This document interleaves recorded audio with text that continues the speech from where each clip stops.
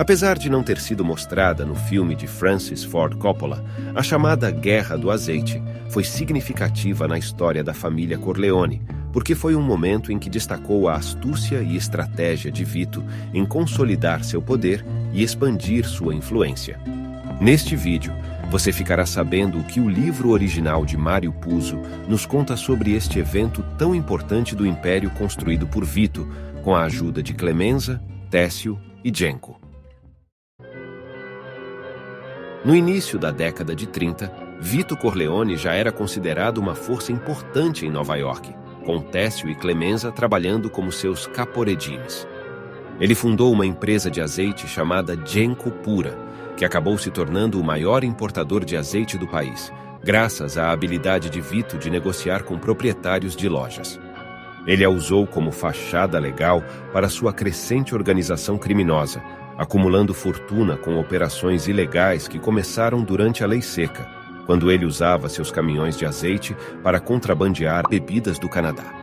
Vito também começou a proteger pequenos estabelecimentos ilegais que vendiam álcool, aprendendo cedo o valor da proteção política, o que adicionou uma nova fonte de renda.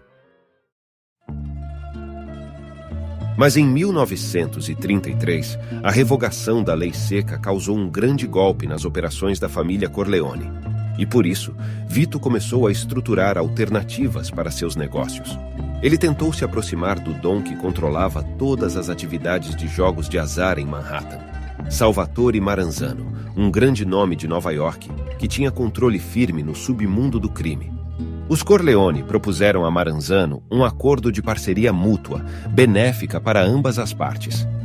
Vito, com sua organização, seus contatos na polícia e na política, poderia fornecer a força necessária para Maranzano expandir suas operações ainda mais, em novos territórios como o Brooklyn e o Bronx. Mas Maranzano rejeitou desrespeitosamente a oferta, o que deu início a uma guerra que acabaria por mudar toda a estrutura do submundo em Nova York. Salvatore Maranzano tinha uma organização poderosa, com uma infinidade de capangas fortes que obedeciam a seus comandos. Ele também tinha amizade com Al Capone em Chicago, além de um bom relacionamento com a família Tattaglia, que controlava a prostituição na cidade e o pouco tráfico de drogas na época. Para vencer a guerra, Maranzano pediu ajuda a Al Capone para enviar seus 2 melhores pistoleiros a Nova York para assassinar Vito Corleone. Mas a família Corleone também tinha amigos e informações em Chicago, que transmitiram a notícia de que os pistoleiros estavam chegando de trem.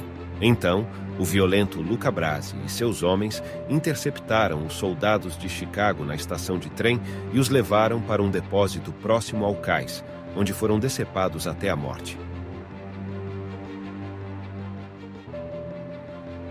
Alguns dias depois, o próprio Al Capone recebeu uma mensagem de Vito que dizia: "Agora você sabe como lido com os inimigos.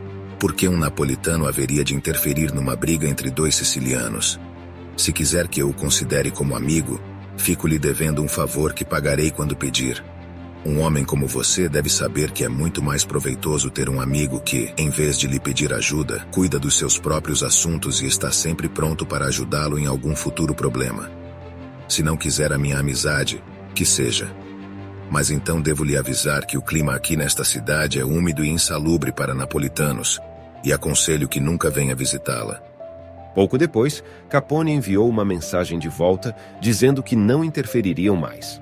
Com isso, as chances ficaram igualadas, o que rendeu a Vito Corleone um grande respeito em todo o submundo dos Estados Unidos com a humilhação que provocou a Capone. Esse incidente foi um ponto de virada na guerra. Maranzano subestimou severamente o quão poderosa e astuta a família Corleone realmente era.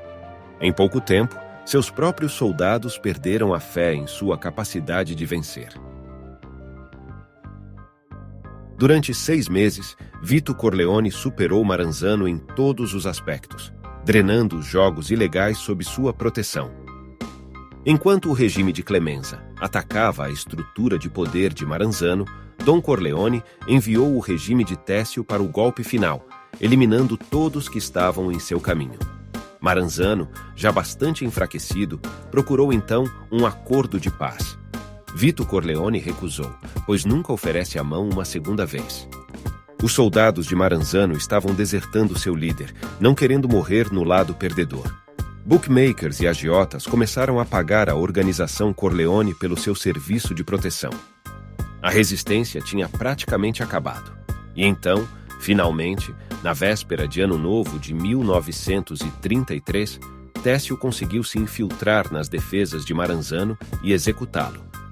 A guerra terminou, e o que restou do outrora poderoso império de Maranzano foi incorporado à família de Vito.